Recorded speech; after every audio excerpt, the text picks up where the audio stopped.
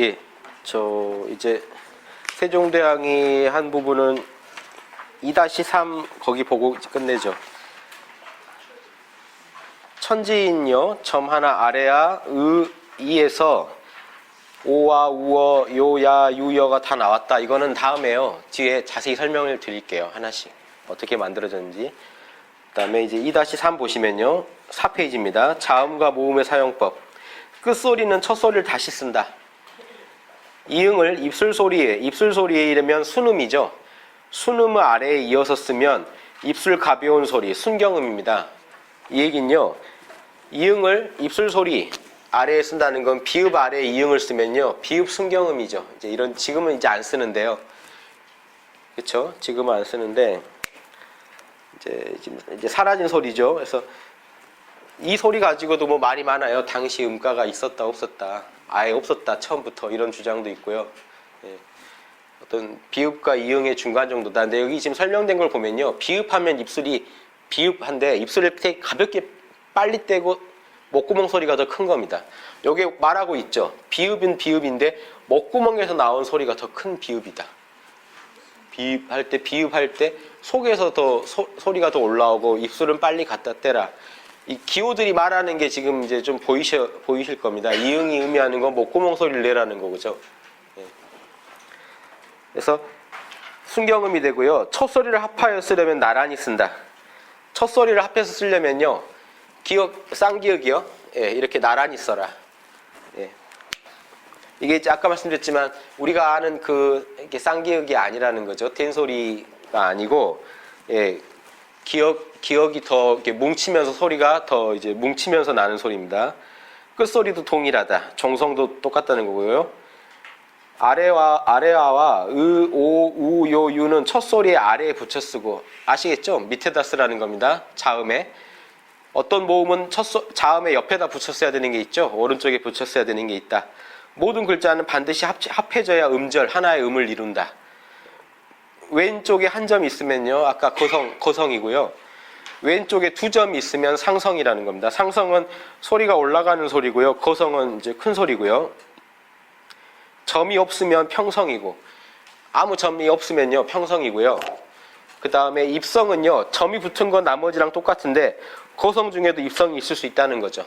점은 평상 거랑 똑같이 점을 매기되 입성은 빨리 끝나는 소리다. 뒤에요. 기역이나 디귿, 비읍, 이제 리을 이런 게 붙은 경우에 빨리 끝나는 말들이 있죠. 예, 촉급하게 끝나는 거, 그걸 이제 입성이라고 합니다. 그래서 이 입성은 겹친다는 거죠. 평성, 상성, 거성이랑 겹칠 수 있다. 예, 요 정도만 보고요. 뒤에 보시면 몽고의 파스파 문자라는 게 있어요. 몽고의 파스파 문자가 있는데 이제 쿠빌라이가요. 티베트 고승인 파스파한테 문자를 만들어라 해가지고 9년 만에 만든 문자인데 이게 참 대단한 문자인 게요. 이 문자도 쓰이진 않았어요. 실제로 많이 쓰이진 않았는데 초성, 중성, 종성의 3분법을 거기서 이제 창안해내요. 이게 이제 한글에 영향을 많이 줬을 거라고 추정합니다. 왜냐하면 이렇게 뭐 파스파 문자를 해서 배워왔다 이런 얘기는 없으니까요. 근데 그때 배우려고요.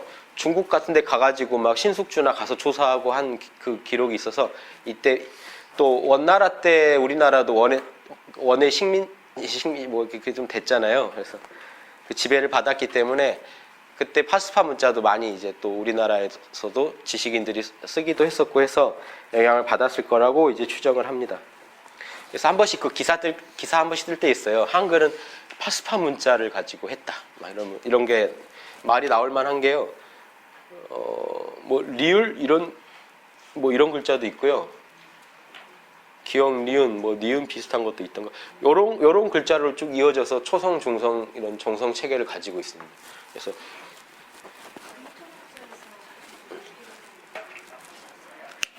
근데 이제 그 가림토라는 거는 한단고기에서 나온 거라 한단고기란 책은 이제 위서거든요. 그래서 그 중에 이제 원본이 얼마나 있었는지를 몰라요. 그 중에 얼마가 원형이고 얼마가 후대 첨삭된 건지를 모르니까 일단 좀 그거는 좀 의심스러운 게 많으니까 좀 놔두더라도요. 실제로 전서에 보면 아까 이런 게 다 나오죠. 우리 지금 도망갈 망자라고 이렇게 쓰시죠. 여기 원래 사람이거든요. 사람이 숨어 있는 거예요. 이렇게 되면 안 보이겠죠. 사람이 사라졌다는 뜻입니다. 그럼 여기 니은도 나오고 시옷도 나오겠죠. 그러니까 전서에 이미 기역, 니은 이런 건 다 나와요. 그래서 근데 아까 말씀드렸지만 제가 중요한 게 전서에서 아무거나 취해오지 않았다는 겁니다. 동그라미, 네모, 세모를 취해왔죠. 예, 그러니까 명백히 저는 여기 지금 책에는 안 나오지만 천지인의 특히 한글이 천지인을 의식하고 만들었기 때문에 천지인으로 접근하시는 게 전서라 하더라도 전서에서 동그라미, 네모, 세모의 기준을 두고 가져왔다는 겁니다. 자, 보시면요. 그 제자해가요. 이제 그 정인지 이하 8명이 만든 거잖아요. 보십시오. 말이 언어를 하나 설명하는데요. 이제 말이 기가 막힌데요. 보시면 천지의 길은 하나의 음양오행일 뿐이다. 우주에는요. 음양오행밖에 없다. 자, 지금 이게 요즘 분들한테는 이해가 잘 안 되시겠지만 예전엔 이게 동양에서는 과학이었죠. 예, 그 이유가 보시면요. 지금 우리나라 국기랑도 관련돼 있어요. 우리나라 국기 태극을요. 올바로 그리면 이렇게 됩니다. 왜냐하면 양은 피어오르고 양이 점점 커지고 음은 점점 쪼그라들어요. 음은 내려오면서 커지고 양은 올라가면서 커져요. 물을 끓이면요. 물이 뜨거워지면 올라가면서 커지겠죠. 불기운을 받으면요. 이게 불이 되고 이게 물이 되면 이놈이 다시 액화되면은 무거워지면서 물이 되겠죠. 이게 자연의 원리입니다. 그래서 이게 오행으로요. 이게 이제 오행을 여기다 배당하면 보십시오. 이걸 펼치면요. 우리나라 태극기에 엄청난 게 들어있습니다. 음양오행 철학이 지금 다 들어있어요. 우리나라 태극기에는. 그래서 그 중국에서 우리나라한테 태극기 뺏긴 거를 아주 분해하잖아요. 그래서 근데 그네들이 상상하는 이상의 이제 그 의미가 들어있습니다. 보시면 요거를 펼치면 이게 돼요. 이게 되십니까? 이게 계속 돌고 돌잖아요. 결국 양이 올라갔다가 음이 내려왔답니다. 양이 커졌다, 음이 커졌다, 양이 커졌다, 음이 커졌다. 펼쳐놓으면 이게 돼요. 무한한 순환이요. 자, 여기서 위에 있는 걸 플러스, 아래에 있는 걸 마이너스라고 하면 이게 음양입니다. 이 마크가 너무 좋아서요. 저기 서양 물리학에서 물리학 양자역 학회, 학회 그 마크가 이거예요. 예. 그 물질이 파동이면서 입자이면서 두 가지 물질의 양면성이 있는데요. 물질이 보십시오. 이게 파동인데요. 에너지는 기본적으로 파동이에요. 만물은요. 모든 존재는 다 파동입니다. 보십시오. 제가 말을 하면요. 여러분 귀에 들리죠? 음파가 전달돼요. 지금 여러분 제가 보이시죠? 이거는 뭐죠? 이 광자가 이 빛이 전달돼 가지고 한 겁니다. 다 파동이에요. 빛이 전달돼 가지고 눈이 보이시죠? 그러니까 이 파동이 없으면요. 보이지도 들리지도 안 되고 우리 뇌파도 하나의 뇌의 파동이죠. 우리가 생각을 하면 뇌파가 움직이겠죠. 그래서 우리가 움직인다는 건요. 우주에서 에너지가 움직인다는 거는 다 하나의 파동이고 이 파동이 어떨 때 딱 굳어지면 입자처럼 나와요. 근데 펼쳐지면 또 파동이 돼요. 요거를 이 과학에서 설명을 워낙 잘해주니까 이 그림이 마크가 됐는데 지금 이거 펼치면 이게 되는데 이건 우주는 진동하고 있는 파동이다라는 이건 물리학에서도 당연히 알고 있는 이 상식이 동양에서는 이게 하나의 이제 과학이자 철학이 된 겁니다. 예전부터. 그래서 위에는 플러스, 아래는 마이너스. 그러면요, 음양이 나오고 오행은 어떻게 나오냐면요, 제일 위에 치솟아 있는 게 불이고요, 제일 아래에 쪼그라들어 있는 게 물이라면 제일 차죠, 제일 뜨겁죠. 근데 미지근한 약간 서늘한 정도가 있어요. 이게 쎄예요. 차가운 물처럼 차진 않아요. 서늘한 정도지. 불처럼 뜨겁진 않아요. 근데 따뜻해요. 생명체라. 목이에요. 나무는 무럭무럭 자라요. 자, 이게요. 날짜로 배당하면요. 여기가 하지입니다. 제일 뜨거울 때고요. 이건 태양의 파동이에요. 동지. 이때는요. 이때랑 이때 차이가요. 두 개 똑같죠. 둘은요. 낮과 밤의 일이가 똑같은데요. 이때는 좀 따뜻해요. 춘분. 이때는요. 좀 서늘해요. 비슷한데. 그러면 톤은 뭘까요? 톤은요. 플러스 마이너스가 이렇게 합쳐져 있죠. 가장 균형입니다. 이게 플러스 마이너스를 합친 게 아니고요. 모양이 설명하기 좋게 이렇게 나온 겁니다.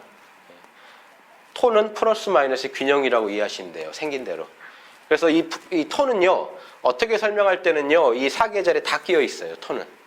이 사계절을 다 이 플러스 마이너스 균형을 잡아주는 역할을 해요. 토가. 예. 그래서 이렇게 하면 오행이 나오죠.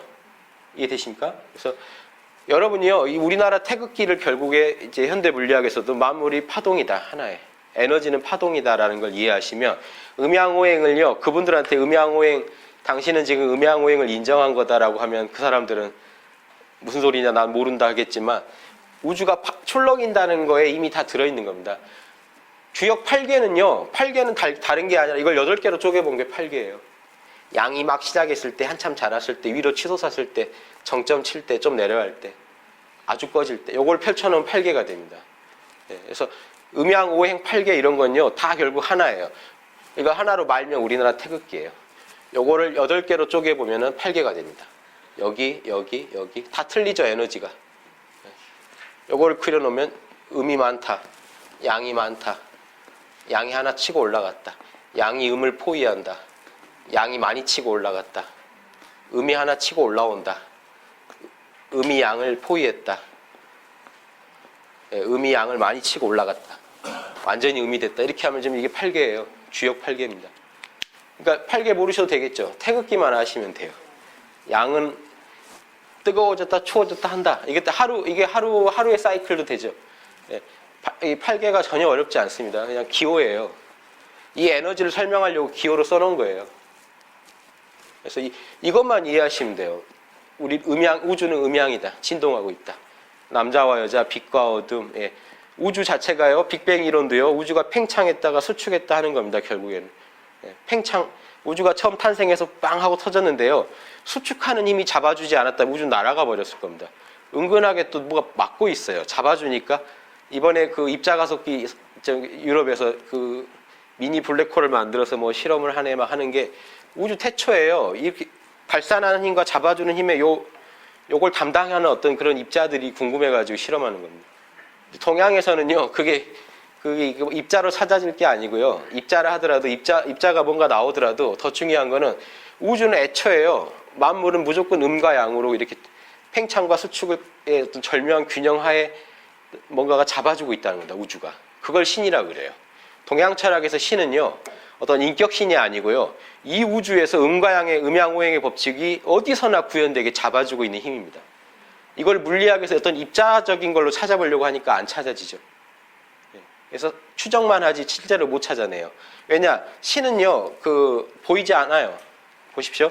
지금 이 물건을 떨어뜨리는 게 동양 철학에서 말하는 신이에요. 신을 증명해봐라면 이겁니다. 무소홀히만치 항상 똑같이 이 법칙대로 우주를 진행시켜요. 중력의 법칙도 신이 진행시키는 거예요. 동양 철학에서는 음과 양을 가지고 음과 양이 늘 일정한 법칙으로 현실에서 펼쳐지게 만드는 게 신입니다. 그러면 지금 이 정인지나 이 신하들이요, 훈민정음을 쓸 때 이 얘기를 바로 처음부터 하는 게요, 우리가 만든 문자는 어떤 문자냐면요, 이 음양의 오행의 법칙을 그대로 담은 문자라는 거예요. 그러면 자부심이 엄청났겠죠. 이건 인류가 만들 수 있는 최고의 문자라는 자부심을 갖고 만든, 우주가 원하는 문자라는 거예요. 우주 공식 그대로 만든 문자라는 걸 자부심을 갖고. 그래서 계속 이 얘기를 해요. 뭔 얘기를 하냐면요, 이건 신이 우리한테 계시를 준 거지 이거는 그냥 인간이 만든 게 아니다. 이 얘기를 합니다. 보세요. 자, 우주는 음양오행일 뿐이다. 음양오행 하나도 안 어렵죠. 음양오행 8개가 하나도 안 어렵죠. 음양오행일 뿐이고 8개도 여기서 나왔습니다. 그래서 곤과 복 사이가 태극이 되니 요거는 이제 좀 설명드리면 어려우니까 넘어가고요. 태극이 신입니다. 동양에서는 태극이요. 하나님을 태극이라 그래요. 보세요. 태극을 그리면 이겁니다. 한 점이에요. 우주 만물이요, 나온 자리예요. 우주 만물이 어디서 나왔나 하고 계속 추적에 들어가면 마지막에 신이 나오겠죠. 이 신을 위대할 클테자의 꼭대기 극자입니다. 극지점. 남극 북극 같은 극점이에요. 위대하다는 건요, 우주가 다 거기서 나왔으니까. 우주알이에요. 우주알. 우주알을 태극이라고 그래요. 그래서 이 태극이 움직이고 고요한 뒤에, 이 태극이요, 신이에요. 신이 움직이고 고요하는 걸 우리 눈에 안 보여요. 그런데 어떻게 알 수 있냐면 현실에서 음과 양이 펼쳐진다는 겁니다. 신이 그렇게 만들었다는 겁니다. 태극이 움직이고 고요한 뒤에 음양이 나타난다는 건 남자와 여자가 생기더라는 겁니다. 만물에. 빛과 어둠이 현실에서 생기더라는 겁니다. 신이 움직이는 건 안 보이는데요, 그 펼쳐지는 건 우리 눈에 보이는 건 음양이라 그래요. 자, 이게 어떤 의미냐면요, 보십시오. 우리나라 국기가 태극기잖아요. 이게 하느님을 표시한 거예요. 동양 철학에서의 신. 음양기라고 안 하죠. 음양인데요. 음양기라고 안 하고 태극기라고 부른다는 걸 이해하셔야 됩니다. 이건 하나님 자리예요. 우주가 나온 태극에 이걸 확대해 봤더니 여기에 음양이 있었을 거 아니에요. 왜냐하면 현실에서 음양이 나오니까. 하나님 안에 있는 정보까지 그려놓은 겁니다. 우리나라 태극기가. 펼쳐졌을 때는 음양기라고 해야 돼요. 음양이라고 해야 돼요. 우리가 이제 실질적으로 팽창이 일어나고 수축이 일어나고 남자가 나타나고 여자가 나타나고 빛과 어둠이 나타나고 이렇게 됐을 때는 우리 눈에 그게 보일 때는 음양이라고 그러고요. 보이지 않는 곳에서 그렇게 만들어가는 그거를 태극이라고 그래요. 신이라고 하고. 우리나라 태극기라는 게요. 의미하는 게 큽니다. 우주의 설계도를 그려놓은 거예요. 이 태극에서 제일 핵심만 그려져 있죠. 건, 리, 감, 건곤감리 4개만 그려놨어요. 그래서 우리나라 태극기가요. 이게 아주 재밌는 겁니다. 어떤 신의 우주를 굴리는 공식을 써놓은 거예요. 신의 모습과 이렇게 이해하시면 좋습니다. 그래서 지금 여기 시작할 때 태극이 우주를 이렇게 굴리는데 보십시오. 대저 생명이 있는 종류로 천지 사이에 있는 자는 음양을 버리고 무엇이 있겠는가? 음양밖에 없다는 겁니다. 이게 지금 현대 물리학에서요. 우주 만물은 에너지고 에너지는 결국 파동이다라는 거랑 똑같은 얘기입니다. 자, 그러므로 사람의 성음, 사람의 소리도 음양의 원리가 있지 않겠는가 하는 겁니다. 그러겠죠. 소리에도 음양이 있겠죠. 아까 초성, 중성, 정성 하면은요. 천지인이 나오죠. 천지인은 그럼 어떻게 될까요? 보십시오. 음과 양이라면요. 천지인은 뭘까요? 양이 아버지고 음이 엄마라면 플러스 마이너스 갖고 있는 게 인입니다. 이게 자식이에요. 천지인은 인까지 가면요. 플러스 마이너스의 조화예요. 플러스가 있고 마이너스가 있다면 그 조화도 있지 않겠는가. 그래서 태극기를 그릴 때 이런 음양 태극도 있지만 삼태극도 있죠. 삼태극은요. 자식까지 그려놓습니다. 음과 양과 그 조화까지. 그래서 자 이렇게 보시면 되겠습니다. 그래서 사람의 성음의 중국은 음양으로 봤어요. 이분법을 썼습니다. 우리나라는 이분법보다 더 정밀하게 삼태극을 쓴 겁니다. 삼분법을 쓴 겁니다. 자, 결국은 음양이죠. 음과 양의 크게 나누면 음양이니까요. 성음에도 음양이 다 있다. 사람들이 살피지 않았을 뿐이다. 사람들이 지금 연구를 안 해서 그렇지 우리 사람의 소리도요. 파동이고 그게 파동인 한에는 음양 오행에서 벗어날 수 없다는 겁니다. 플러스 마이너스 그리고 5가지 에너지로 구별될 수 있고 이걸 정확하게 표현해주는 언어가 나와야 된다는 겁니다. 그게 이제 한글이라는 거죠. 그러니까 이제 정음, 바른 소리를 지었으니 이건 애초에 꾀를 써서 억지로 찾아낸 게 아니다. 인간의 머리로 만든 게 아니다. 다만 그 성음으로 말미암아 이게 동양 철학에서 경물치지를 설명을 제일 잘한 부분입니다. 동양 철학에서 우리가 한 어떤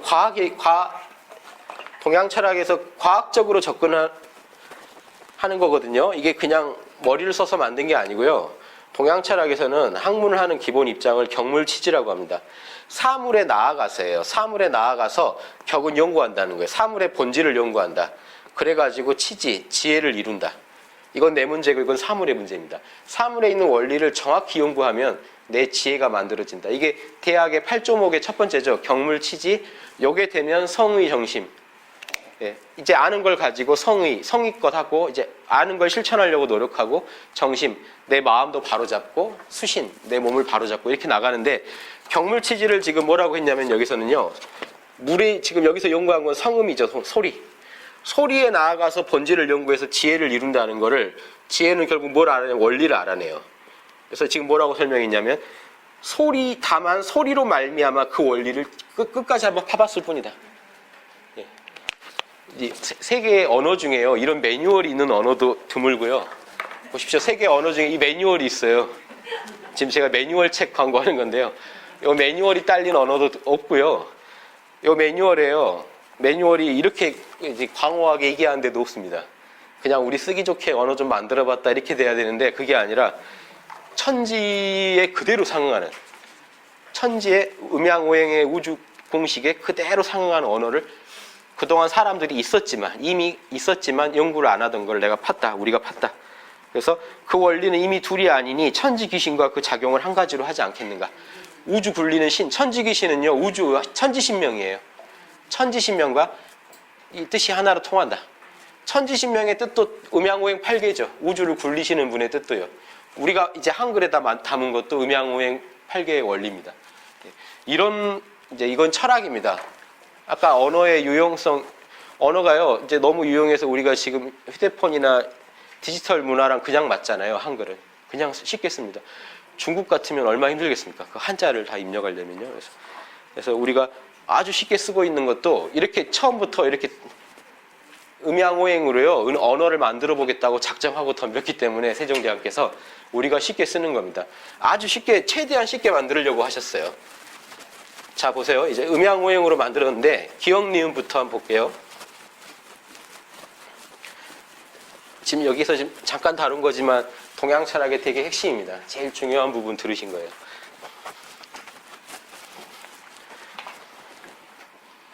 자, 옆에 가면요. 정음 28자는 그 형체라고 하는 건요, 천지인의 형체도 포함하죠. 동그라미, 네모, 세모. 발음기관, 발음작용. 지금 혀의 혀냐, 혀의 뿌리가 목구멍을 닫았는가, 발음작용이죠. 발음기관, 이빨의 모양에서 가져오기도 했죠. 여기저기서 모양을 따와서 만든 겁니다. 형체를 본떴다. 그래서 그전에 이 책이 나오기 전에는 한글이 무슨 원리로 만들었는지를 몰랐다는 거죠. 근데 이제 이게 나와서 정확하게 알게 됐는데, 이제 그 형체를 본떴다. 첫소리, 자음은 모두 17자다. 17자인데, 이것도 중국은요, 자음이 17자가 아니라 36자예요. 그러니까 중국이요, 발음이 더 이상한 게 많아요. 우리가 못 내는 발음이 많으니까 과감하게 줄인 겁니다. 그쪽에선 더 나눠져 있는데, 원래 중국 성운체계가 더 복잡해요. 과감하게 잘라가지고 17개를 만든 겁니다. 실제로는 17개가 아니죠. 여기에 지금 그게 빠져 있어요. 이렇게 쌍기역 같은 게 빠져 있어요. 그걸 합치면 한 23개인가 될 겁니다. 그러니까 36개를 한 23개로 바꾼 거예요. 그래서 그렇게 보시면, 아까 병서 부분은 지금 계산에 안 넣은 거거든요. 카운트 안 한 거거든요. 첫 소리는 모두 17자인데, 어금니 소리 보십시오. 아, 설, 순, 치, 후 이렇게 할게요. 자, 목구멍 소리는요, 동그라미를 떠올리셔야 됩니다. 이빨은요, 뾰족한 거. 입술은요, 입술 네모난 입술이요. 혀는요, 천장에 붙어 있고요. 어금니 소리는요, 혀 뿌리가 목구멍을 막아요. 목구멍 막는 모습 느껴지시죠? 자, 이렇게 해서 보고요. 기본자가 이제 어금니 소리, 이거를 우리말로 바꾸면요, 설음, 순음, 치음, 후음인데, 어금니 소리, 이건 혀 소리, 입술 소리, 이빨 소리, 목구멍 소리, 이렇게 제가 번역을 해놨습니다. 자, 이제 어금니 소리는 혀 뿌리가 목구멍을 닫는 형체를 본뜬 것이다. 써있죠. 혀 소리는 혀가 위에 입천장에 붙은 형체를 본떴다. 입술 소리는 입의 형체를 본떴다. 그러니까 발음기관 자체를 본뜬 게 있고, 발음기관이 일으키는 작용을 본뜬 게 있습니다. 다르죠. 시옷은 이빨의 형체를 본떴고, 목구멍은 목구멍의 형체를 본떴다. 자, 키읔은 기역에 비해 그 소리 나옴이 조금 싸납다. 세다는 겁니다. 그렇죠? 제가 원초적으로 좀 번역을 했는데요. 여기 기본자가 있죠. 기본자를 보시면 기역, 아까 여기 써 있는 거죠. 니은, 미음, 시옷, 이응인데, 기본자에다가 이제 가획이라는 게요, 더할 가자입니다. 획수획자. 예, 획을 더했다는 겁니다. 그러니까 이게 합리적이니까 지금 우리가 디지털 문화에서 쓰기가 너무 편한 겁니다. 우리 천지인 시스템에서요, 기역 2번 누르면 키역이 되죠. 또 누르면요, 이렇게 되죠. 그래서 이렇게 쓰기 좋게 만들어 애초에 이걸 구상했기 때문에 이런 겁니다. 애초에 하나를 가지고 계속 바꿔가는 식으로 쓴 거예요. 이거를요, 글자를 계속 새로 만들었다면 우리가 어렵겠죠, 배우기가. 배우기 쉽게 하려고 엄청난 이게 그 공을 들였다는 거 아시겠습니까? 공을 들인 거라는 거. 배우기 쉽게 여기다 핵만 더하라는 겁니다. 여기서 가액자는 기억은 이게 다고요. 이제 이건 병서죠. 이거는. 예. 병서는 지금 빼고 17개만 얘기를 해요. 자, 니은은 뭐가 될까요? 획을 더하면 디귿이 됩니다. 신기하게 디귿도 똑같아요. 니은이랑 입천장에 혀가 붙습니다. 획을 한번 더 붙이면요, 티읕. 미음은요, 비읍. 또 피읍. 시옷은요, 예, 하나 더 붙이면 지읒, 치읒. 이응은 이게 지금 우리 안 쓰는 이응이죠. 예, 여린 히읗이라고 부릅니다. 히읗보다 약하다고 해가지고요. 예, 획을 좀 더한 겁니다. 이거는 쓰는데 이제 요건 안 쓰는데요. 예. 자, 이렇게 되는데 여기서 이제 뭐냐면 이체자가 있어요. 이체자라는 게 이거랑은 가액을 한 건 아니라는 겁니다. 예, 근데 리을이 지금 혀가 천장에 붙죠. 그러니까 이 입술 소리에는 해당되고요. 그 혀 소리에는. 자, 요거는 지금 발음하기 힘드시겠죠. 이건 치음 중에 하나인데 이거 가액한 건 아니죠. 획을 보탠 건 아니라는 겁니다. 그래서 요거요. 인이응이라고 하는 거. 요거 왜 여기 하는지 아시겠죠? 요것도 보십시오. 목구멍에서 나는 소리예요. 분명히 목구멍에서 나는 소리가 맞는데 어금니 소리라고 보는 게 입천장이 혀뿌리가요. 목구멍을 한번 닫기 때문입니다. 그러니까 목구멍 소리가 많이 나는데요. 다른 거에 비해서 기역, 니은에 비해서 그래도 한번 닫힌다는 겁니다. 그래서 어금니 소리다 분류하고. 이해되시죠? 여기에 무슨 걸 상징하냐면요. 해례본을 읽다 보면 설명은 안 나오는데요. 목구멍에서 소리가 이렇게 하나 싹이 나는 거. 아까 이게 물이잖아요. 요거는 나무거든요. 설명이 이렇게 나와요. 기억은 아까 나무였죠. 나무니까 나무가 성대하게 자라는 건데 이거는요. 물기가 더 많다는 겁니다. 수생목이라 원래 동양 철학에서 물에서 나무가 나와요. 물에서 나무가 나오는 처음을 그린 거라는 겁니다. 그러니까 이 같은 목기운으로 치면 목기운이 제일 약하고 수기운이 세다는 거죠. 오행의 에너지로 분류하는 겁니다. 예, 수라는 쪼그라드는 에너지가 강하고 목은 아까 수 이해하시죠? 파동의 제일 끝이었잖아요. 가장 쪼그라든 자리인데 여기서 올라오는 게 나무가 되잖아요. 자라 올라오는 나무가 막 날 때가 있고 한참 자랄 때가 있겠죠. 기억은요. 한참 자랄 때고요. 기억은요. 기억이 아주 무성해진 겁니다. 기억은 이거는 이제 더 심해진 거고요. 이 쌍기억은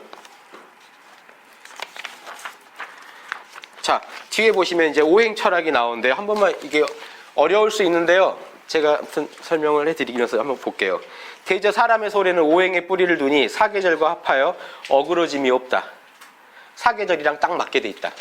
아까 오행이랑 사계절 맞춰봤죠. 여기 보십시오. 이거는 화고요.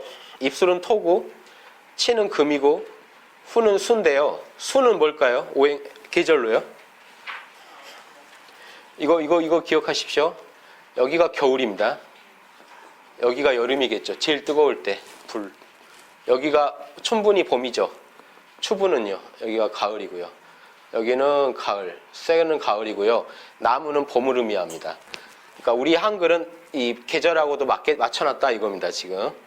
그래서 토는 전반적으로 다 작용해주거나 토는 따로 계산하면 늦여름이 돼요. 이거 가을이 되고 이게 겨울이 되고요. 왜 그러냐면요. 이 토기운이 뭉치는 기운인데요. 늦여름에 이 토기운이 물을 딱 머금는 기운이 토기운이거든요. 그래야 나무가 자라잖아요. 늦여름에 하늘에 대기에 토기운이 서려 있는 겁니다. 습기가 꽉 차 있죠. 늦여름에 그 더위가 이 토기운이 만드는 거라 따로 빼줄 때는 늦여름을 씁니다.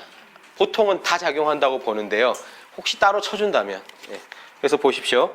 목구멍은 깊고 윤택하니 목구멍은 아주 우리 그 발음기관 중에 제일 깊고 물이 젖어 있죠. 그러니까 물이라는 겁니다. 소리가 텅 비대 지금 오행이랑 소리를 맞춰서 또 설명하는 겁니다. 소리가 텅 비대 통한다.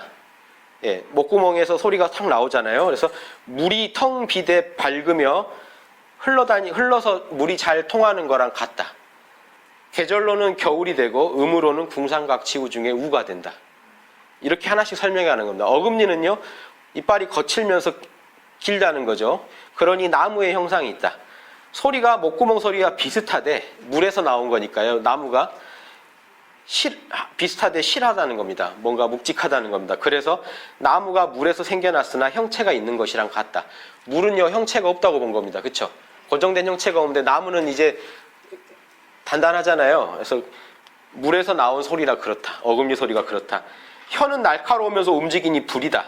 소리가 구르면서 날리니 니은 디귿 리을이요. 구르면서 날리니 불이 구르면서 드날린 위로 하늘을 날아오르죠. 불이 자꾸 펄펄 나는 것처럼 예, 그런 모습과 같다. 계절론 여름이고 궁상각치우 중엔 치가 된다. 이빨은 단단하면서 물건을 끊으니까 쇠랑 같다. 쇠는 소리가 부스러지면서 응체되니 단단하면서도 뭔가 부서진 쇠소리가 난다는 겁니다. 그래서 쇠를 닮았다. 가루로 부스러지면서도 또 뭉쳐서 불로 연단하면 단단한 덩어리가 되는 쇠랑 닮았다. 계절로 가을이며 음으로 상이 된다. 이게 어려운 내용이에요. 오행을요. 여기에서 보실 만한 게 오행을 가지고 다 갖다 붙여서 설명하고 있다는 겁니다. 예, 궁상각치우에다. 그래서 아까 말씀드린 우리나라 한글이요. 단순하게 만들어진 게 아니라는 겁니다. 전 세계에서요. 음양오행 철학이 서양의 물리학만큼 음양오행이라는 건 동양에서는 가장 물리학의 기본이죠. 그 원리, 천지만물의 원리 그대로 만든 문자라는 자부심을 가질만 하죠. 오행에 다 갖다 붙여 설명하고 있습니다. 그러니까 이 해례본이라는 게 엄청 귀한 자료입니다. 음양오행을 공부하신데도 귀한 자료예요. 제가 예전에 훈민정음 해례본을 꼭 번역해야지 했던 이유가 제가 국문과도 아닌데 이런 욕심을 냈던 게 이런 내용들이 너무 좋아요. 주역 웬만큼 돼 있는 책보다 설명이 더 잘 돼 있어요. 음양오행에 대해서. 왜냐하면 거기다 바로 쓸 수 있잖아요. 우리가. 기역, 니은 쓰면서 오행을 연구할 수 있다는 게 엄청 귀하죠. 네. 마지막 토는요. 입술은 네모나면서 합해지니 합해야 소리가 난단 말이죠. 땅이 만물을 머금는 거랑 똑같아요. 만물이 온갖 쇠나 이런 게 다 땅이 붙어 있는 거죠. 땅이 모든 만물을 머금고 있는 거랑 똑같다. 예. 계절로는 늦여름이며 늦여름이라고 하는 게 이런 이유입니다. 음으로는 궁이 된다. 자, 여기서 그런데 아까 보십시오. 기억하십니까? 우리 태극기에서요. 결국에 제일 중요한 거는 이 불과 물이죠. 이렇게 했을 때 여기는 불이고 여기는 물이거든요. 불과 물이 제일 꼭지점에 있기 때문에 여기 그게 나옵니다. 물은 만물을 낳는 근원이며 불은 만물을 완성시키는 작용이다. 그래서 오행 중에 물과 불이 제일 크다. 그래서 중에서도요, 예, 목구멍 소리와 이 혓소리가 가장 중요하다. 이런 이제 오행에서 오행이랑 연결시켜서까지 이제 얘기를 합니다. 예. 옆에 이제 오행 그려놓으신 거 같이 보시고요.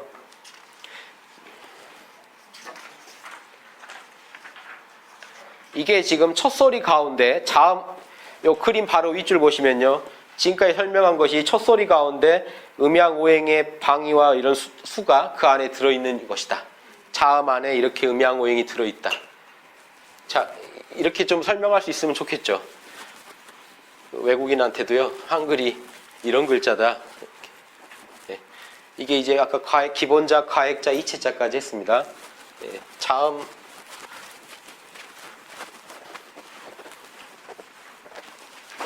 자, 보시고요. 그 다음 얘기는요. 3-1-4는요. 여기 그림만 보시면 됩니다. 보십시오. 아설 숨치우에 기역, 디귿, 비읍, 시옷, 지읒 있죠. 여린, 히읗. 저 10페이지의 그림이요. 보이시죠? 그게 전청음, 차청음, 전타금, 불청, 불타금입니다. 소리예요. 그러니까 쌍기역이요. 전타금이 우리나라 된 소리를 지금 쌍기역으로 하면 전타금이 아니에요. 예, 그러니까 이 쌍기역은요, 기역을 무겁게 하는 겁니다. 저 여기 이제 이 9페이지에서요, 그 1번,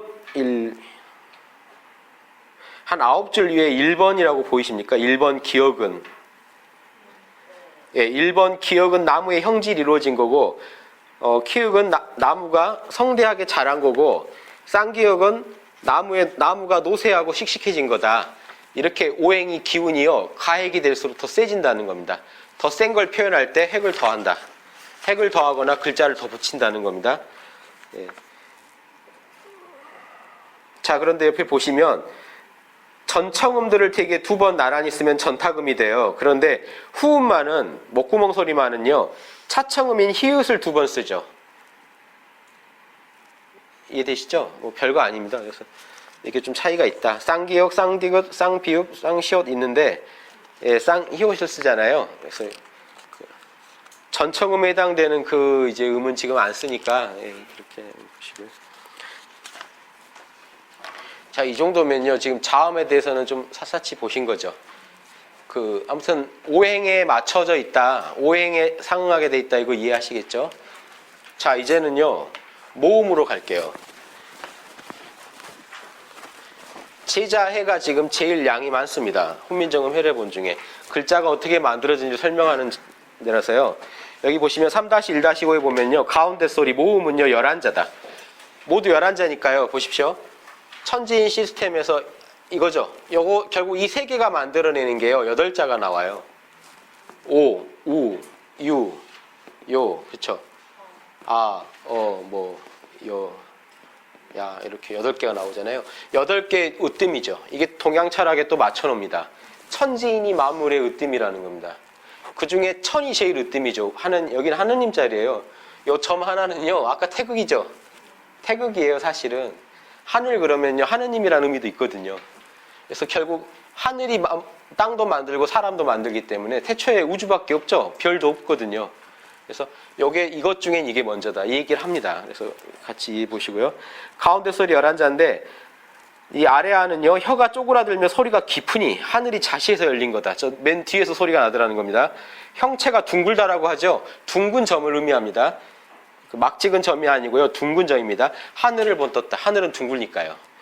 땅은 혀가 조금 쪼그라든다. 소리 내보시면 알 수 있어요. 은은요, 혀가 조금 쪼그라들고 소리가 깊지도 얕지도 않아요. 중간 정도에서 나요. 그리고 땅이 축시에서 열린 걸 본떴다. 이걸 이제 그리고 형체가 평평한 거는 땅을 본뜬 것이다. 사람은요, 쪼그라들지도 않고 혀가요, 소리가 아주 얕아요. 사람이 인시에 태어났다는 거다. 자, 보세요.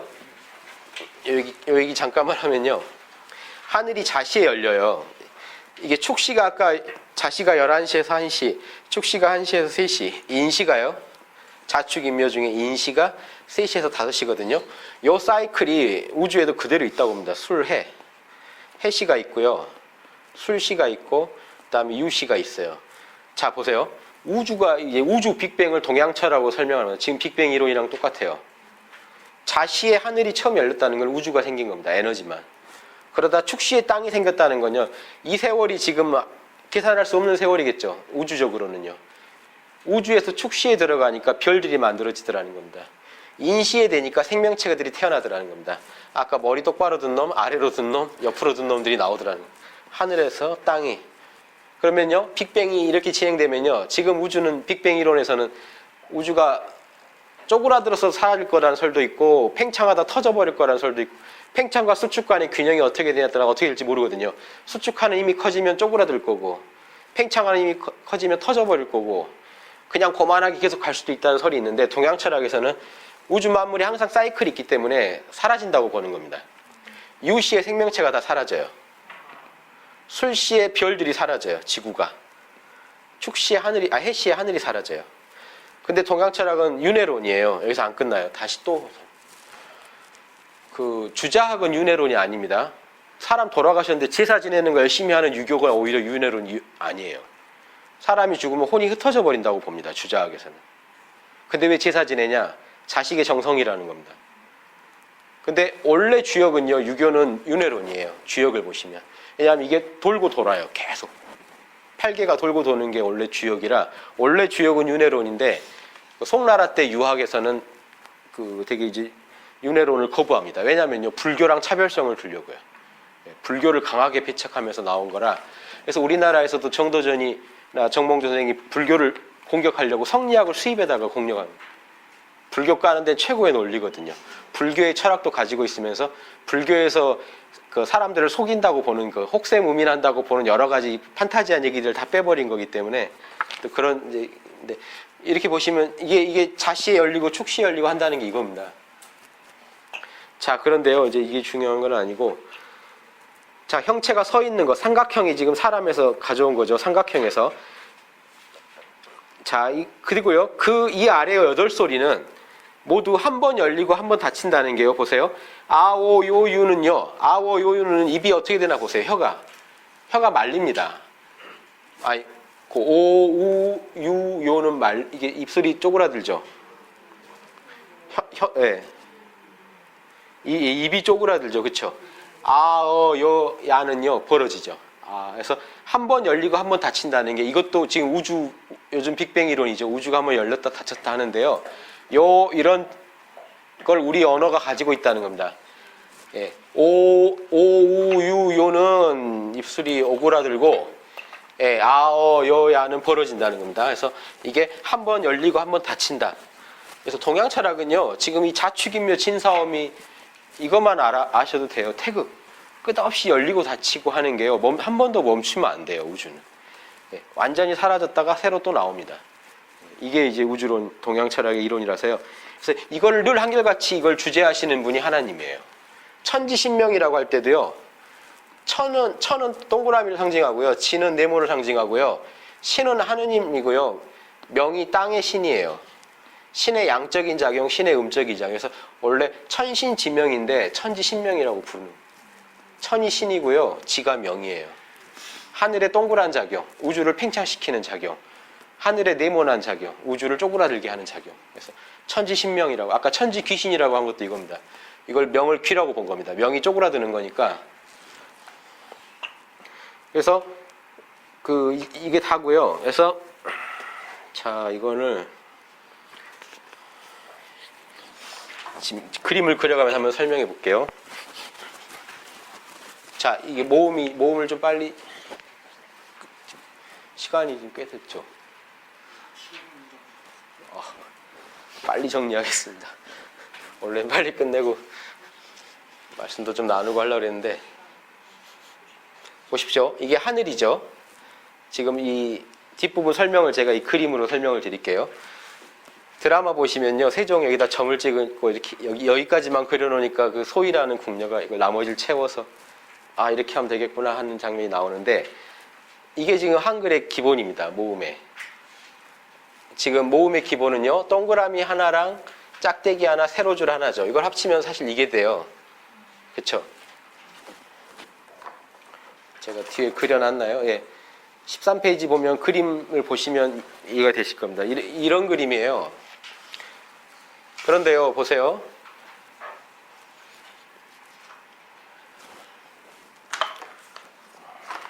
복잡해도 보고 해야겠네요. 여기서 이제 뭘 나누시냐면요. 여기서 또 양과 음이 있겠죠. 양과 음을 또 나눠요. 보세요. 오하고요, 우랑 다르죠. 오는요, 하늘에서 시작되고요. 아래하에서 시작된다는 겁니다. 우는요, 부분에서 시작된다는 겁니다. 음이. 그래서 땅에서 이걸 또 다 가지고 나눠요. 하늘이 먼저냐, 땅이 먼저냐. 요거는 하늘과 땅이 만난 거죠. 오는 하늘이 먼저기 때문에 양이에요. 우는요, 땅이 먼저기 때문에 음이에요. 아는요, 아 하면 아래아랑 통하죠. 하늘이 먼저예요. 이게 양이고요. 근데 보세요. 이거는 하늘하고 사람 간의 얘기죠. 요건요, 하늘하고 이것도 사람 간의 얘기. 어는 음이에요. 요건 양이고, 우는 음이고, 오는 양이고. 그래서 이 점이 바깥쪽이나 위쪽에 있으면 양이고요. 아래쪽이나, 저기 안쪽에 있으면 음이죠. 이렇게 이해하시면 됩니다. 그래서 우리 모음에도요, 음과 양이 있다는 겁니다. 음과 양이 있다는 거고요.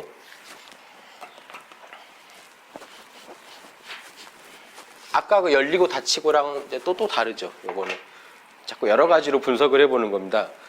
여기에 보세요. 점을 또 2개 찍으면요.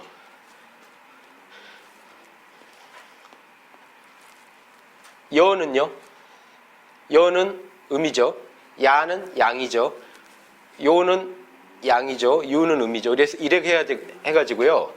안에 음과 밖의 것들이 다릅니다. 음양이. 안에가 음이면 밖에 양이고요. 안에가 양이면 밖에 음이겠죠. 예. 이렇게 해놨는데 이걸 왜 이렇게 설명을 드리냐면요. 이게 동양철학에서 14페이지요. 가장 어려운 영역입니다. 이걸 이해하시면 가장 어려운 건데요. 이상한 그림들이 있죠. 14페이지에. 여기 위에 게 하도라고 하는 겁니다. 황하에서요. 황하에서 나온 그림이라고 하도 그럽니다. 밑에 거를요. 낙서라고 합니다. 낙수에서 나온 거북이 등에 새겨졌다는 그림입니다.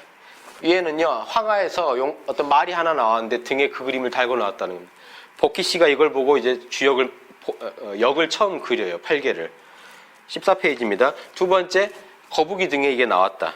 이 거북이 등에 나왔다는 수가요. 여러분 지금 뿌리 깊은 나무에 그 드라마에 계속 나왔던 마방진이에요. 뭐 한글이랑 연계해서 나온 건 아니지만 이거 이해되시죠? 가운데가 5고요. 그 점을 세보세요. 숫자를. 밑에 그림이요. 여기가 1이고 6이죠. 3이고 8이고 9고 4고 2고 7인데 이게 보십시오. 왜 마방지냐면요. 이렇게 합치면 10이에요. 꼭 10이 나오죠. 가운데 5를 중심으로요. 마주보는 것들 합치면 꼭 10이 나옵니다. 요게 지금 이 낙서가 서양에 전해져서 마방진이라고 전해진 겁니다.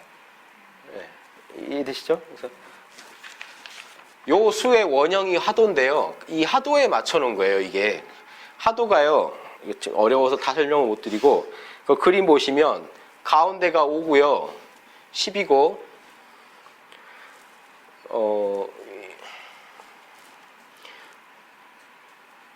보시면 이것만 보시면 아시겠죠? 그 그림 보시면요. 시커먼 것들이 음이고 텅 빈 것들이 양입니다. 그 보시면요. 가운데 5는 홀수는 하얗고요. 짝수는 시커매요. 구분되시죠? 하도에서 위에 하도에서 보는 겁니다. 하도 수를요. 살짝 틀어놓은 게 마방진인데요. 하도랑 지금 하도에서 이 한글을요. 세종대왕이 만들고 하도에다가 그 원리를 갖다 붙입니다. 그 근거가요. 보십시오. 가운데 5가 하얗죠. 5는 홀수니까요. 홀수는 양이고 짝수는 음이에요. 가운데 5가 있고 보십시오. 5를 둘러싸서 이 아래 검은 점 10개가 있죠. 예, 이 아래 검은 점 10개가 있어요. 그럼 이게 뭐냐면요. 요게 지금 5에 해당되고요. 한 점이 짝대기 하나가 지금 음에 해당됩니다. 이렇게 하나 또 해놓으면 사람이 되겠죠. 요게 지금 여기다 있다고 보시면 돼요. 요게 근본이고 즉 사람은요. 계산을 안 한다는 겁니다. 사람은 천지가 합쳐진 거니까 빼고 계산을 하겠다는 겁니다. 자 보십시오. 가운데 한 점이 오고 음이 땅에 이게 의가 땅인데 땅이 10에 해당되거든요. 10은 짝수니까 땅입니다. 자 이쪽 가볼게요. 안에 있는 그 모음인 아는요. 음인가요? 양인가요? 양이죠. 그러니까 보시면 여기 동그라미 3개가 양이죠. 그렇죠? 그럼 동그라미 3개 옆에 동그라미 8개는 검죠. 음이죠. 보십시오. 여는 검죠. 거기 맞춰놨다는 거예요. 여는 검죠. 위로 가보시면요. 우는요. 우는 음이죠. 시커매야겠죠. 둘은 시커멓고요. 위에 요는 양이니까 하얘야겠죠. 위에 7점은 하얗죠. 이해되십니까? 여기 어는 음이니까 점 4개는 시커매야 되겠고요. 야는 양이니까 9개 점은 하얘야겠죠. 예, 이렇게 해가지고요. 동양의 이 하도가 주역의 핵심입니다. 이 하도랑 이 한글의 아야어여 이 오요 우유를 맞춰놨어요. 그래서 그 옆에 3-1-7번을 보면요. 5는 하늘에서 나왔으니 천일 생수의 자리요. 이렇게 지금 이게 하도를 설명하는 겁니다. 이렇게 어렵게 이해 안 하셔도 되고요. 옆에 2하고 6은요. 동양 철학에서 수예요. 물이에요. 예, 그러니까 지금 보십시오. 여기는 물이고 제일 위는 불이고 여기는 나무고 여기는 쇠다. 가운데는 토고 이렇게 오행에 우리 음을 맞춰놨다는 겁니다. 예, 이 정도만 아셔도 좋죠. 예. 이건 좀 어려운 내용이니까요. 깊이는 안 들어가고요. 예.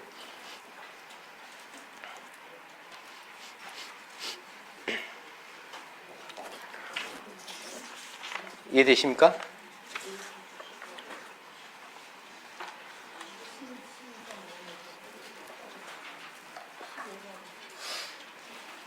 이해되시죠? 자 보세요.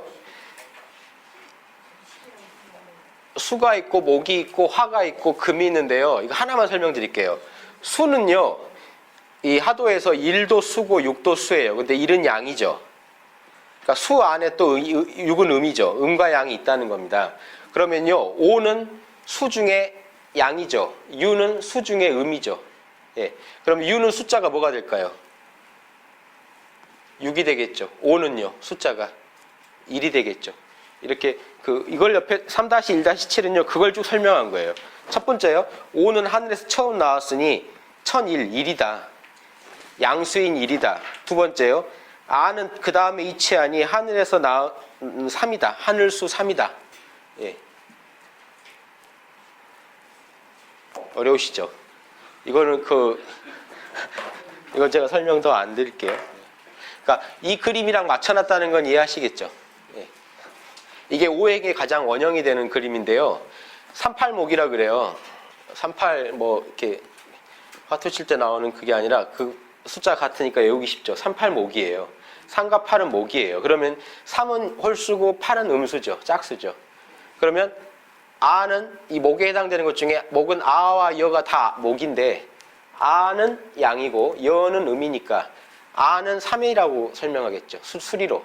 여는 수리로 8이 되겠죠. 예, 그냥 이렇게 갖다 붙여놨어요. 그러니까 이렇게까지 설명했다는 게 대단합니다. 이거를요 하도에다 다 붙였어요. 설명이 다 돼요. 신기한 게 설명이 된다는 게 신기하죠. 이걸 다 갖다 붙여 설명을 하고 있어요. 그러니까 우리 요즘 분들이 만든 그런 어떤 설명서가 따라갈 수가 없죠. 이건 철학적으로도 우리 언어가 철학적으로도 우주의 진리랑 퍼펙트하게 맞게 돌아간다는 걸 설명하려고 이걸 한 겁니다. 그러면 모음이 설명이 다 돼요. 자, 보십시오. 1과 6이 수고, 3과 8이 목이니까 2와 7은 불이고요. 쇠는 4와 9고요. 토는 5와 10이에요. 가운데 토는 5와 10이기 때문에 그러니까 사람은 자리를 안 매겨주고요. 요거는 자리가 없고 5는 요거겠죠. 5는 아래하고 10은 을라는 겁니다. 예, 이 세 개 중에 요거는 자리를 빼고 자리가 없으니까요. 그래서 이렇게 갖다 붙여 설명을 했다는 거예요. 그래서 마방지는 이거 서양에서는 이게 이해가 안 될 겁니다. 왜 이렇게 만들었는지. 1, 6이 수예요. 3, 8은요. 목이고요. 4, 9는 금이고요. 2, 7은 화예요. 오행 상생도에서는 수생목, 목생화가 되고 화생토, 토생금이 돼야 되는데 금과 화를 바꿔놨잖아요. 이게 상극에서는 이렇게 해야 돼요. 술을요, 물이 죽이죠. 물은요, 토가 죽이고요. 토는 나무가 뚫고 올라오고요. 나무는 쇠가 잡아요. 상극으로 그려놨더니 마방진이 나온 거예요. 그래서 이게 낙서고요. 이게 하도예요. 오행의 원형의 수를 적어놓은 게 하도고, 오행의 이건 상생이라면 요거는 이제 상극도예요. 상극도는요, 누가 누구 잡느냐를 그려놓은 겁니다. 상생도는요, 물이 나무를 낳고, 나무가 불을 낳고, 불이 흙을 낳고, 흙이 쇠를 낳아요. 물 먹고 나무가 자라죠. 그 나무가요, 자랄 때 왜 불이 되냐면요. 나무에 불이 잘 붙는 것도요, 나무 자체에 그 화성이 있다는 거 어떻게 할 수 있냐면, 나무가 자랄 때 불처럼 피어올라요. 나무가 자랄 때요, 불처럼 자라요. 그렇죠? 그래서 불 화기를 엄청 머금고 있어요. 그래서 나무에다가 불을 붙이면 잘 붙죠. 그런데 요놈이 여름을 지나면서 이 열기가 계속 있으면 안 되잖아요. 음기를 탁 맞으면 요 나무가 쪼그라들면서 자꾸 쪼그라들면서 열매를 맺죠. 그 열매가 단단한 쇠라는 겁니다. 열매는 금이에요. 쪼그라든 거죠. 나무가 자신의 영양분을요, 가장 엑기스만 모은 게 열매죠. 그 열매가 이제 겨울이 되면요, 이 수라는 거는 깊은 물속을 의미하기 때문에 나무에서는 씨앗을 의미해요. 씨앗으로 들어갔다가 씨앗이 다시 또 나무로 자랐다가 이렇게 해서 이 사이클이 계속 돌고 돈다는 겁니다. 그래서 지금 뭐 어렵게 이해 안 하셔도요, 이게 음과 양이 돌고 돈다는 것만 좀 기억해 주시면요. 음과 양이 돌고 도는데, 제가 시간이 있으면 하도도 자세히 설명을 해드리겠는데 시간이 없네요. 그래서 그거 읽어보시면요, 지금 그대로 설명이 되어 있습니다. 오는 하늘에서 나왔으니 천일이요. 천일이고 수자리라는 거고요. 아는 다음에 위치하니 하늘의 3이고 오행 중에 목이 위치다. 이렇게 그 말만 쭉 써놓은 겁니다. 이렇게 말을 해놨으니까요. 한번 보시고, 자, 이제 그 다음은요, 보십시오. 3-1-9는요, 다른 게 아니라 요 얘기를 합니다. 자, 좀 빨리 진행할게요. 자, 초중종을 얘기하면요, 보십시오. 초성이 하늘이라면 중성은 가운데에 위치하니까 사람이고요. 종성은 땅이라고 하면 맞겠죠. 요 얘기를 하는 겁니다. 천지인 얘기를 해요. 보세요. 첫 소리와 가운데 소리와 끝 소리가 합쳐져서 글자를 이루는데, 동정이 서로 뿌리가 되고 음양이 서로 사귀어 변화하는 뜻이 있다. 음양이 서로 만난다는 겁니다. 움직이는 건 하늘이고, 보십시오. 지금 여기 보세요. 움직이는 게 하늘이란 말이 이겁니다. 지금 기운은 움직이고 있죠. 땅은 고정돼 있죠. 물은 분자가 고정돼 있는 거죠. 이제 얼음이 될수록이요. 그 다음에 열을 받을수록 분자가 풀어지겠죠. 자, 보십시오. 하늘은 움직이는 거고요. 동하고, 땅은 정하다 그러면 인간은 어떻게 될까요? 인간은 하늘과 땅을 다 갖춘 거잖아요. 그래서 인간은 동정을 합친 거다는 겁니다. 이게 우리 동양철학, 천부경이라는 동양철학에서 이런 말을 해요. 인중천지일이다. 사람 가운데 천지가 이렇게 하나가 된다는 우리나라 천부경에 나오는 말인데, 그거 그대로입니다. 보세요. 움직이는 건 하늘이고 고요한 건 땅이며, 움직임과 고요함을 겸비한 건 사람이다. 생각컨대 오행이 하늘에 있으면 하느님의 운행이 되며, 그렇죠? 하느님의 운행이 되며 안 보여요. 근데 우주에 오행이 꼭 존재해요. 이게 하늘의 운행입니다. 보십시오. 안 보이는 하늘의 운행이 초성에 해당되고요. 하늘의 작용. 종성에 해당되는 땅의 작용은요. 구체적으로 드러난다는 겁니다. 눈에 보인다는 겁니다. 자, 이 땅은요. 형질이 완성되는 거고 그럼 사람한테는 어떻게 될까? 이렇게 물어봤을 때요. 사람은요. 인의해지는 되게 도덕률이죠. 정신을 잘 쓸 때 인의해지에 맞게 쓰거든요. 인이요 사랑이고요. 얘가 예절이고 신이 빠졌네요. 한글에는 신은 성실함입니다. 믿음이 간다는 거예요. 남의 말 잘 믿는다는 게 아니고요. 믿음직하다는 겁니다. 의는 정이고요. 지는 지혜입니다. 이게 오행이겠죠. 하나님의 이런 신비한 오행의 작용이 우리 인간한테 나타나는 게요. 정신을 가장 양심적으로 쓸 때 나타나는 인의지 신이 하늘적인 거고요. 육체적인 건 뭐가 있을까요? 간장, 목기운이죠. 목기운인 간장, 불기운인 심장, 인체의 엔진이죠. 목기운인 게요. 간이 인체 그 어떤 병이나 낫고 할 때 그 간이 상하면은 이제 그 회복하기 힘들죠. 간과 신장이 중요한데 간이 인체를 그 자라게 해주는 목기운이고요. 심은 불기운이고요. 비장은 소화를 해가지고요. 그 영양분을 온몸에 보내주는 역할을 합니다. 이게 비장이 토기운이고요. 폐장은 고기 육자 옆에 시장 시자죠. 시장이에요. 신선한 공기랑 탁한 공기를 교환하는 시장 역할을 합니다. 폐가 금기운입니다. 폐는요 심장 옆에 붙어가지고 냉각 기능을 갖고 있어요. 불을 시원하게 해줘요. 그래서 심장에서 나간 피가 폐에 가가지고 시원해져서 다시 돌아오는 거죠. 그래서 이 폐기운 그 다음에 신장, 예, 이렇게 이게 수기운입니다. 신장은 인체의 어떤 그런 물에 관련된 걸 맡고 있고요. 요 두 가지를 다 갖추고 있다. 그래서 첫 소리는 발동하는 처음에 스타트를 끊으니까 움직임이 시작되니까 첫 소리가 하늘이고요. 끝소리는 이제 딱 완성을 짓잖아요. 무슨 말 하려고 했다는 게 딱 완성이 되니까 땅이고요. 가운데는 처음과 끝을 이어주니까 사람이다. 근데 요 말이 재미인데요. 그 생각컨대 음절의 요점은 가운데 소리에 있다. 사람이 중요하다. 이 얘기를 하는 게요. 그러면서 철학을 또 얘기합니다. 거기 이 말이 있습니다. 천지가 만물을 낳고 완성함에 마름지라고 보호하여 돕는 것이 반드시 사람에 의존한다. 요게 한문으로 재성보상이라고 하는데요. 요거만 하나만 알아두시면 좋겠습니다. 요게 동양 철학에서 천지인 얘기하잖아요. 동양 철학에서요. 하늘이 공기고 땅이 이제 지구가 땅이고 그 뒤에 대기권이 하늘이라면요. 여기 이제 사람이 살잖아요. 사람이 이제 태어나서 사는데 이 사람의 역할이 뭐냐? 그러면요. 재성보상이라고 그래요. 요 체는요. 원래 이 마름질할 제자여야 돼요. 지금 같이 쓰고 있는 겁니다. 재성, 그 보필할 보자입니다. 보필할 보자, 재상상자, 도와줄 상자. 보상은요 도와주는 거고요. 재성은 마름질 끊어주는 겁니다. 천지는요 원래 주어지는 거죠. 근데 인간이 인위적으로요 천지작용에요 영향을 끼친다는 겁니다. 천지작용을요 끊기도 하고 도와주기도 할 수 있다는 겁니다. 인간은. 즉 인간은 땅도 날려버릴 수 있죠. 예, 전 세계 핵무기 가지고 장난을 칠 수도 있죠. 인간의 이런 작용인데 이게 과학적으로도요. 지금 과학에서 이걸 뭐라고 하냐면 인류학의 원리라 그래요. 그 원리가 뭐냐면요. 우주에는 반드시 관측자가 있다는 겁니다. 우주는 인류의 탄생을 지향했을 거라는 겁니다. 그래서 우주에는 어느 시기에든 반드시 관측자인 인간을 탄생시켰을 것이다. 과학자가 왜냐면요. 절묘하게 지구가 만들어지는 거 보면은 절묘하게 생명 탄생을 지향했다는 겁니다. 생명체 탄생 계기를 지향했다. 이걸 동양에서 예전부터 삼재라고 합니다. 천지인 삼재. 우주는 세 개로 구성되어 있다. 세 재료로. 이게 탁견이죠. 현대 이제 과학자들이 천문학에서 연구하다 보니까 이상하게 생명체 탄생을 우주가 지향하는 것 같다는 겁니다. 천지가 꼭 인간을 낳더라. 즉 이게 이제 동양 철학에서 인간의 역할이요. 지금 과학에서는 관측자 얘기만 하지만 관측자만이 아니라 직접 수작을 하는 겁니다. 손이 달렸기 때문에 머리 달렸고 손 달려서 여기다 비유하면 좋죠. 천지가 만든 거죠. 우리 얼굴은. 그렇죠? 근데 깎을 때 깎고 보충해 줄 때 보충해 주면 또 아름답게 만들어줄 수도 있죠. 인간이 손을 댈 수가 있죠.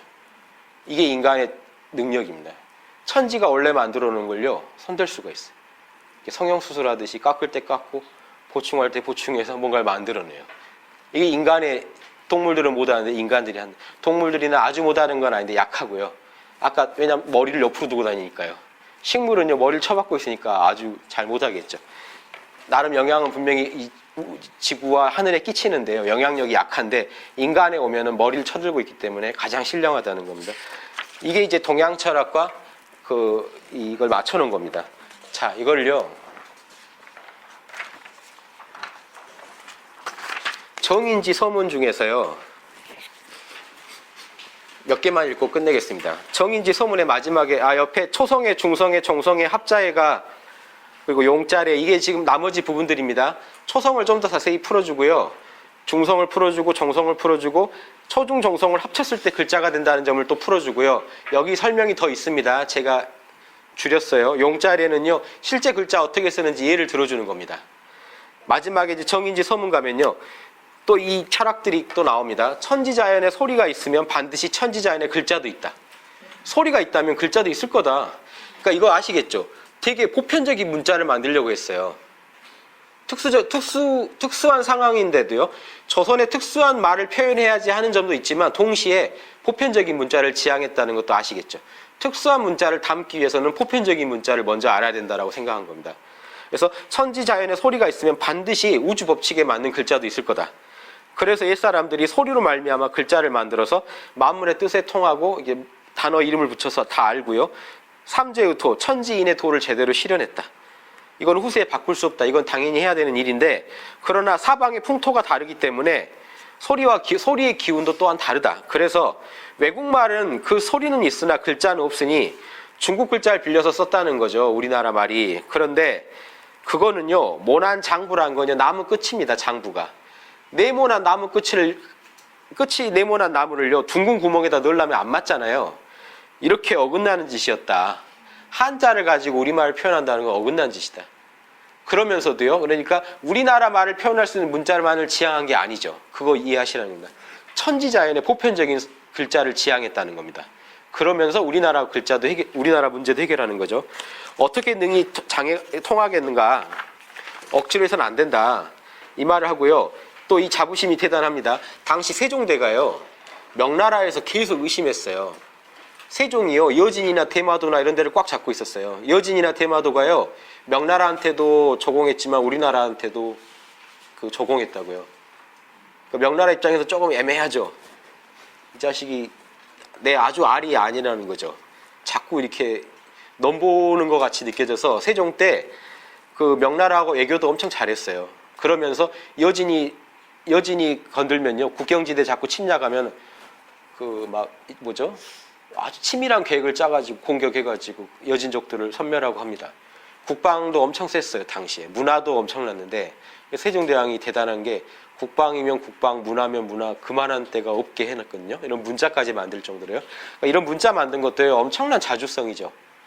독자적으로 문자를 만든다는 거는 이건 아까 채말리 주장이 맞아요. 이거 했다가 중국한테 이거 어떻게 하려고 그러느냐라고 말 나올 만한 얘기인데도 했단 말이죠.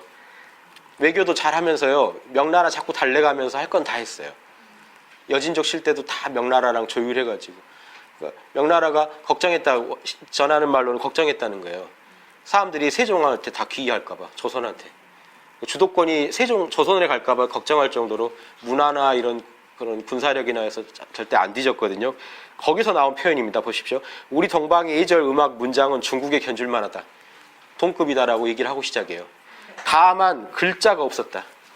우리말이 중국과 다른데 글자를 달라가지고 글을 배우는 자가 어려워서 힘들었고 옥사를 다스리는 자, 즉 감옥입니다. 옥사, 송사를 처리하는 자가 자세한 사정을 알기가 어렵다는 겁니다. 한문으로 돼 있다 보니까. 그래서 옛날 신라 설총이 이두를 지어가지고 지금까지 행해지는데 이것도 한문을 빌려서 한 거라 껄끄럽고 막혀고 이게 뭔가 좀 근거도 없다 이겁니다. 그래서 언어를 사용할 때 만에 하나도 통할 수 없다. 뭔가 문제가 많다. 이래가지고 훈민정음이 나왔잖아요. 그래서 훈민정음이라 이름하셨는데 형체를 본떴고 발음기관이나 천지인을 본떴죠. 발음작용가요. 그리고 옛 전자를 모방하셨다는 거 동그라미, 네모, 세모 이런 거를 옛날 그림에서 가져왔다는 겁니다. 옛날 그림 글자에서요. 음은 일곱 음조, 궁상각치우와 그런 변치음, 변궁음에 다 화합하고 천지인 삼재의 뜻과 음양의 묘함을 다 갖추고 있다. 그리고 28자밖에 안 되는데 전환함에 다함이 없다. 씀에 다함이 없고 간단하되 요긴하고 아주 간단하지만요 갖출 거 다 갖추고 있다는 겁니다. 정밀하되 통함에 아주 정밀하면서도 어디든 가면 다 통한다는 겁니다. 그래서 지혜로운 사람은요 아침이 마치기 전에 이해한다. 아침 낮을 되기 전에 이해하고요. 어리석은 사람도 열흘이면 충분히 배운다. 열흘 걸리면 어리석은 사람입니다. 이 글자로 글을 풀면요 뜻을 다 알 수 있고 송사를 들으면 이 뭔가 고소하고 서로 이렇게 하면요 그때 다 뜻을 자기 할 말 다 할 수 있다는 겁니다. 억울한 일 없을 거다. 이해되시죠? 이게 음악과도 통합니다. 사성을 다 가지고 있기 때문에 음악의 가락도 설명할 수 있고요. 음악의 가락도 고르게 할 수 있고 사용함에 갖추어지지 않은 게 없어서 바람 소리, 하구는 소리, 다구는 소리, 개 짖는 소리도 표현할 수 있다. 한자로 못 하거든요. 그래서 한자 그때 이제 신하들이 맨 처음에 이걸 납득 못 하니까 불러다가 바람 소리를 적어보라 그래요. 한자로. 다구는 소리 적어보라 못 적죠. 그래서 이 문자가 필요하다 이걸 설득합니다. 그래서 훈민정음 해례를 도운 신하들은 이제 나오고요. 그때 말이 재밌습니다. 매뉴얼의 기본이죠. 보십시오. 그 줄 마지막 줄이요. 보는 자들로 하여금 스승이 없이도 스스로 깨닫게 하고자 합니다. 설명을 끝내주게 해가지고요. 누구한테 안 물어봐도 이 매뉴얼만 보고 다 알 수 있다. 이 정도 돼야 매뉴얼이죠. 4-5는요. 그 연언의 정밀한 뜻과 묘함은 이게 하느님이 냈다는 겁니다. 신등이 발휘할 수 없다. 1차를 우리가 할 수 있는 게 아니다. 이거는. 공경하는 우리 전하께서 하늘이 내신 성인으로 법도를 만드시고 정사를 행하시니 모든 왕을 초월하신다. 백왕을 초월한다고 합니다. 정음을 지으신 것도 앞선 것을 이어서 서술한 게 아니고 자연히 이루신 거다. 하늘의 계시를 받고 만들었다는 거의. 어찌 그 지익한 원리가 없는 곳이 없겠는가. 사람이 사사로이 할 수 있는 바가 아니다. 대조 동방에 나라가 있음이 오래지 않은 바가 아니나 우리나라가 참 오래됐지만 만물을 열고 이를 완성하는 큰 지혜를 오늘을 기다린 것이 아니겠는가. 오늘을 기다려 우리나라가 이제 드디어 글자를 갖게 됐다. 이런 얘기입니다. 정인지가 삼가 쓴다. 예. 여기까지 이해되시죠? 이게 훈민정음을 아주 간단하게 한번 본 겁니다. 거기에 음양오행도 나오고 우리나라 말을 만들기 위해서 보편적인 언어의 전반에 대해서 연구를 합니다. 그래서 우리말을 만들어내고요. 그래서 이게요 앞으로 전 세계 언어가 없는 나라들한테 수출할 수도 있다는 사실은. 왜냐하면 음양오행대로 만든 거잖아요. 우리나라의 특수한 상황을 감안한 게 아니라 보편적인 걸에 기준을 두고 만들었기 때문에 그 나라 가서 특수하게 조금씩 변형만 하면 되겠죠. 그러니까 앞으로 이 문자의 세계가 아직 지금 영어를 지금 많이 쓰지만 모릅니다. 이 한글이 워낙 편한 글자이기 때문에요. 사실은 이게 이제 더 써야 된다 하는 학자도 많거든요. 그래서 우리가 좀 알고 있으면 한글의 세계화나 이제 우리 한글을 우리가 남들한테 외국인들한테 설명해 줄 때도 좀 유리하지 않을까 이렇게 생각합니다. 그리고 절대 좋은 게 동양 철학을 이해하는데 아주 좋습니다. 예, 경청해 주셔서 감사합니다.